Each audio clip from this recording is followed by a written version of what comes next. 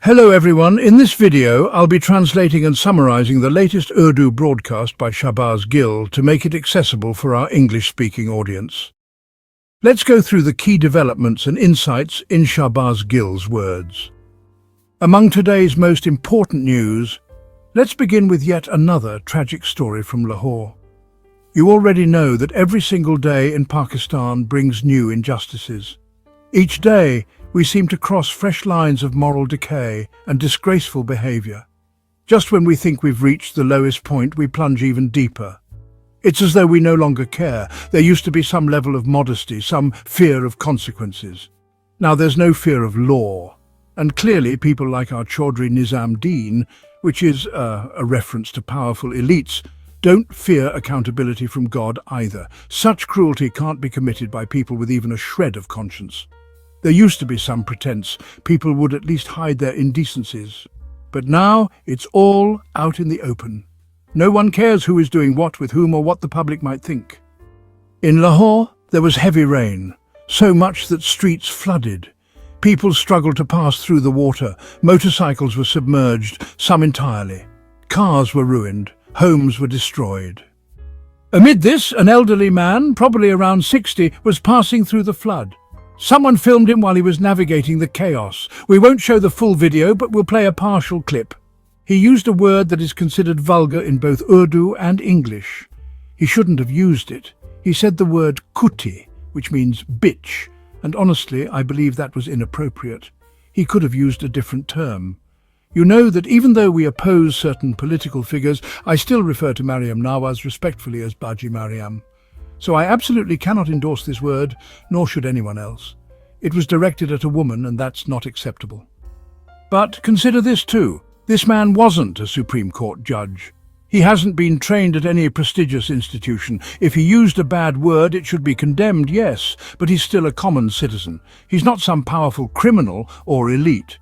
His criticism of the so-called Field Marshal was, at its core, frustrations with the way corrupt individuals have been imposed on us. But again, I do not support the use of harsh or abusive language. I represent a political party, and I must uphold Imran Khan's values and ethical standards. So I openly condemn this language. Let's listen to the video. You saw it. He was wading through water, homes were being destroyed, and he vented using harsh words. He shouldn't have done it, it was inappropriate. But let's ask, what should happen when someone commits such an offence? If someone steals or slaps another person or curses, every offence has a defined legal punishment. You deal with it according to the law. You don't place someone in front of a cannon and shoot them for cursing. That's not how civilized nations function. Every offence has a due process. If you act outside of that, you're enforcing jungle law. And jungle law is what currently rules Pakistan. This elderly man made two mistakes. He used foul language about the Queen of Punjab and then about the Field Marshal. Everyone knew what was coming. He was picked up, abducted. Instead of arresting him and bringing him before a court or even registering a case, they took him away. He was reportedly taken to a police station, not a normal one. There he was tortured, stripped naked, beaten. Intelligence officials were present, threatening him. They told him they'd kill him if he didn't record an apology video. So, under duress, he did. We'll now play that video. Look at his face, look at his eyes. They are swollen, his face is puffy. While there aren't open wounds, it's clear he was roughed up. After this, he gave a forced statement. So, now you tell me, does the public not understand the reality of this state? In other words, the state is now just the Field Marshal and his associates. When the first video came out, everyone knew what would happen. People weren't surprised when the uncle was picked up. Now, some may ask, am I justifying his behaviour? Absolutely not. If someone uses such language against Maryam Nawaz, even if they oppose her politically, I would still feel offended. But should we abduct and torture them for that? If you really feel wronged, file a civil case, file for damages. But under Pakistani law, using such words isn't even a criminal offence. Yet we're enforcing jungle law. Field Marshal's law. This uncle is now being made an example. But the result? He's trending across Pakistan, he's gone viral. Even people who didn't know him before now do, and people are supporting him. I promise you, the day Imran Khan returns to power, this man will get justice. We will stand by him. Let me repeat again, I do not support the abusive language he used, but I also cannot support the cruelty he suffered afterward. So, how many from PMLN, that's Nawaz's party, have actually used foul language? Take Atatara, for example. He went so far as to raise his middle finger in Parliament. That, honestly, was an obscene gesture against the entire state. Now, should he have been abducted and tortured for that? No, of course not. Even with political opposition, such acts just don't warrant criminal charges. At most, maybe a civil suit.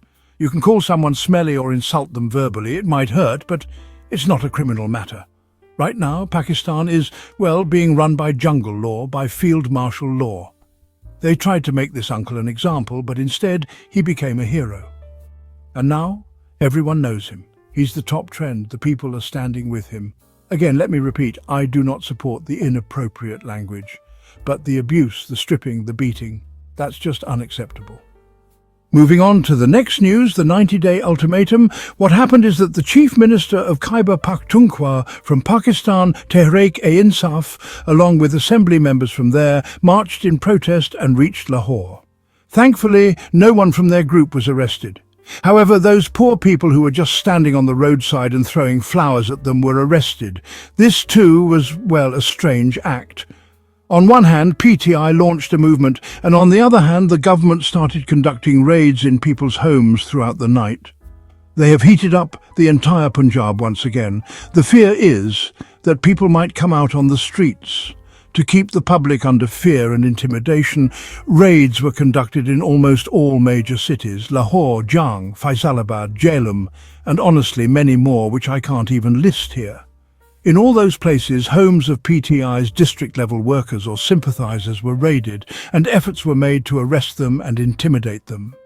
Anyway, this happened, and even those poor people who just threw flowers on the way were arrested. They might be released by tomorrow, but the purpose was to spread fear and intimidation, and that purpose was fulfilled. Now all those friends, assembly members, ministers, the chief minister from Khyber Pakhtunkhwa, they reached there, camped out, and gave speeches. In one of those speeches, what surprised me, although I had anticipated it, was that they gave a 90-day ultimatum. The chief minister, Mr. Ali Amin Gandapur, in his speech said, "The government has 90 days. If within these 90 days Imran Khan is not released, we will start protests after that." I was really surprised. Count the 90 days. Today is July 12th. So the entire month of July passes. August 12th makes 1 month, September 12th makes 2 months, that's 60 days, and October 12th makes 3 months, that's 90 days. This means that Imran Khan, who is currently locked up in a tiny, suffocating gas chamber in conditions so severe that maybe even you couldn't bear them, his entire summer will be spent in jail, and we have so casually given a 90-day ultimatum. I'm not criticising, but I do disagree with this policy, openly. When Imran Khan said that by the 5th of August the movement will reach its peak, that meant he gave a total of 15 or 20 days for it. He gave a short, sharp timeline. What are we doing? We're giving 90 days. That means the government can relax and sleep peacefully for 90 days, and so can we. So I disagree with the Chief Minister on this. I don't think his stance is appropriate. Maybe he has some logic or reasoning behind it that I'm not aware of. But in my opinion, such a long deadline shouldn't be given. So much can happen in these 90 days. If Khan Sahib is to spend all of summer in jail, then what? The next movement would be in the next season. Who knows when or what that would look like. That's why I politically disagree with this. In my opinion, it's a wrong move, a bad policy, and PTI will suffer greatly from it. Let's move on to the next news. The next news is that DGISPR visited Muzaffarabad. It has been shown that the public gave him a very warm welcome. That happened. Now, wherever he goes, it seems like political rallies are being held. As I told you before, he now operates openly like a politician, even in seminaries. But I like this. At least they've taken off the cloak. It's good that they're being open about it now. Since Field Marshal Sahib wants to become the head of state, and in fact has already become one, this is fitting. The recent Corps Commanders Conference and its communiqué was like a head of state statement. It was like a federal cabinet meeting. It involved discussions about foreign affairs and Pakistan's security and relations with other countries, exactly like what a federal cabinet discusses. So, since all responsibilities have been assumed, it's appropriate that they now go out publicly and rally support. So now this is all happening openly without any pretenses. DGISPR is generating optics and doing it well. At least this means the PMLN and others are now irrelevant. Moving forward, the next news is that in Austria, a Pakistani embassy official embezzled tens of millions of rupees and absconded. An accountant at the embassy who was responsible for handling finances used fake signatures and forged documents to transfer over 160 million rupees into his wife's account and then fled. This is according to the Auditor General of Pakistan, not just a random newspaper clipping. The Auditor General reports that an accountant took off with crores of rupees. Now what can you expect from such an accountant? When Field Marshal Sahib has made the biggest looters Prime Minister and Chief Minister, then an accountant might think, why should I stay behind? When the entire system is corrupt, why should the accountant be spared? This is the system in Pakistan now. Whoever gets the first opportunity to loot takes it. The last news I want to present to you is that Shahbaz Sharif has said that Field Marshal Syed Asim Munir has no political ambitions.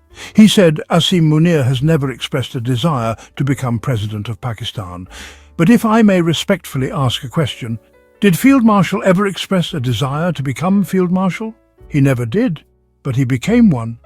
He never showed any signs that he wanted that position, but like butter on a hot knife, he smoothly became Field Marshal. So just like that, he will become head of state. In fact, he already has.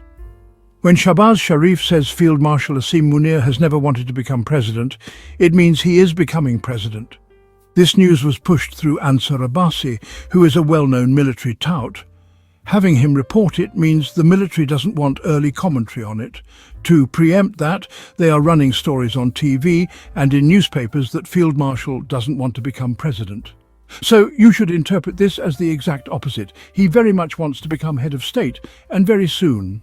Let's see what Field Marshal Sahib actually does in the coming days. That wraps up our translation of Shahbaz Gill's video. I hope this English version helped you understand his message better. Please like, share and subscribe to Awami Lens to help our community grow. Don't forget to leave a comment below and let me know what you thought of this effort.